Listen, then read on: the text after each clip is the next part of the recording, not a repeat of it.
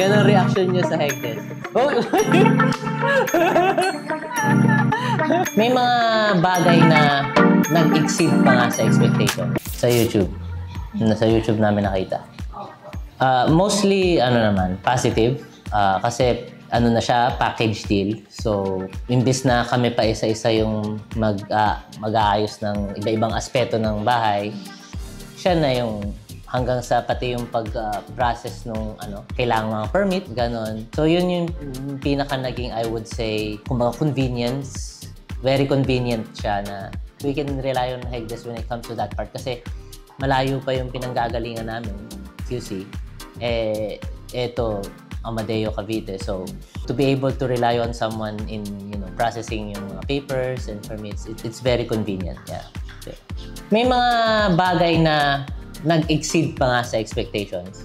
Pero meron din medyo a bit short dun sa expectations. So, iba-iba. Kasi ang bahay naman maraming aspeto. Maraming, kumbaga, pwedeng masaya ka dito sa isang parte, pwedeng hindi masyado dito. Pero overall, masaya naman. Siguro ang number one yung yung communication part. Kasi I'm sure very busy yung si architect. Siya yung parang she's the one who's dealing with us eh. Siya na yung architect. At the same time, siya pa yung parang tumata yung contractor. So, at hindi lang to yung project na in-handle niya. So, parang, I guess sometimes she has, kumbaga, too much on her plate. Imbis na, siguro pwedeng, I don't know, in charge dun sa communication part. Imbis na siya lahat. Yun parang nakikita ko. I mean, hindi ko alam yung structure ng inyong company, how you distribute yung tasks and yung work. Pero sa nakikita ko parang minsan may mga times na medyo, kumbaga, overloaded na si architect.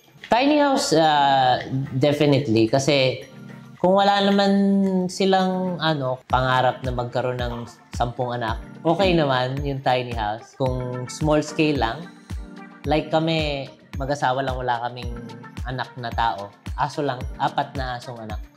So, tamang-tama para sa amin yung mga small houses like this one, yung Alfonso unit.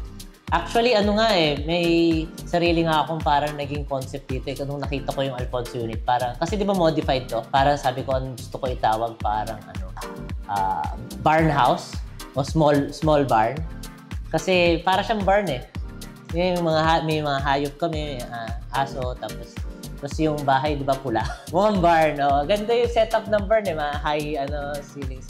So parang it reminded me of a barn. So last minute, binago ko yung kulay. Sabi ko, gusto ko yung pula, tapos medyo may puting accents. Kasi parang, again, it reminded me of a barn. Although, smaller version of a barn.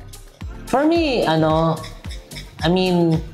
lahat-lahat, I would say 8 sa akin. Ikaw, 8 din? Okay, yun. Like yung na-mention ko na kanina, iba-iba kasi yung aspeto ng bahay.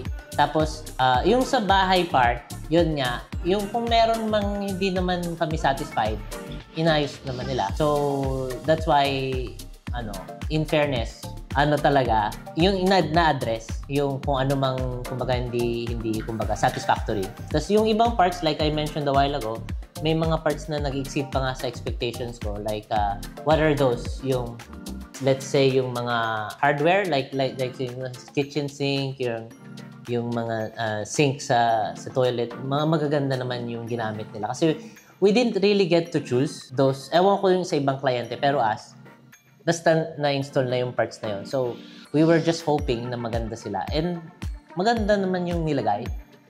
Better than we expected. That's why I give them, I think, a fair rating of 8. Even though merong parts na hindi siguro parang fell short, pero yung overall, pa din. We were very happy pa rin sa overall result.